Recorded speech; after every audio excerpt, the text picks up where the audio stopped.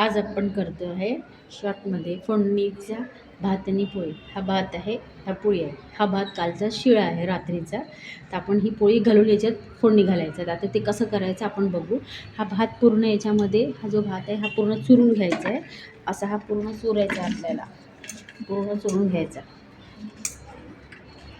पहिले हा भात पूर्ण चुरून घेऊ. मी हा भात पूर्ण चुरून घेतला आहे आणि ह्या भातामध्ये आपल्याला ही पोळी जी आहे ही आपल्याला टाकायची. ही पण पोळी बारीक करून घ्यायची.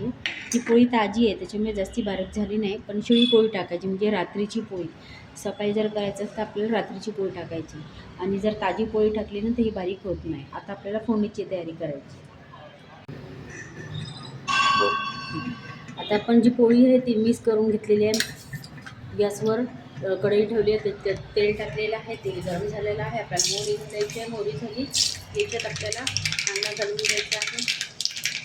कांदा घालायचा, मिरची घालायची, टोमॅटो घालून घ्यायचं, घ्यायचं.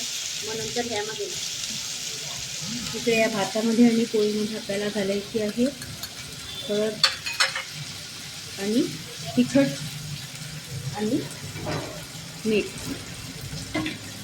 मिक्स करून घ्यायचं आपल्याला, आणि कांदे झाल्यानंतर मग हे आपल्याला हे सगळं याच्यामध्ये टाकून द्यायचं आहे पोळीमध्ये. आता हा कांदा बघताय झालेला आहे. ह्या कांद्यामध्ये आता हे आपल्याला सगळं ओतून घ्यायचं आहे. भात आणि पोळी आपण हे केलेलं आहे त्याला आपल्याला ओतून याला हे आपल्याला हे सगळं चांगलं होऊ द्यायचं आहे. त्याला मिक्स करायचं. एवढं सगळं मिक्स झालं की याला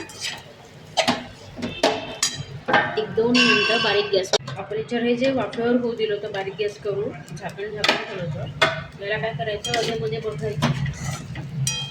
झाल्यानंतर आहे ना हा भात थोडा नरम होतो, कारण बारीक गॅसवर होऊ द्यायचं आहे. वरून याला झाकण ठेवून द्यायचं आणि परत याला होऊ द्यायचं.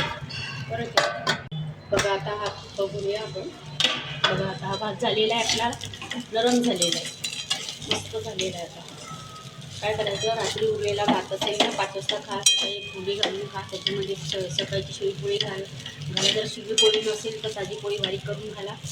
आणि मग आपण काय करायचं, ह्या प्लेटमध्ये काढायचं. या प्लेटमध्ये काढायचं, मस्त प्लेटमध्ये काढायचं. कोथिंबीर घालायची, छान थोडीशी कोथिंबीर घालायची. गप्प गप्प करायचं आणि गप्प खायचं.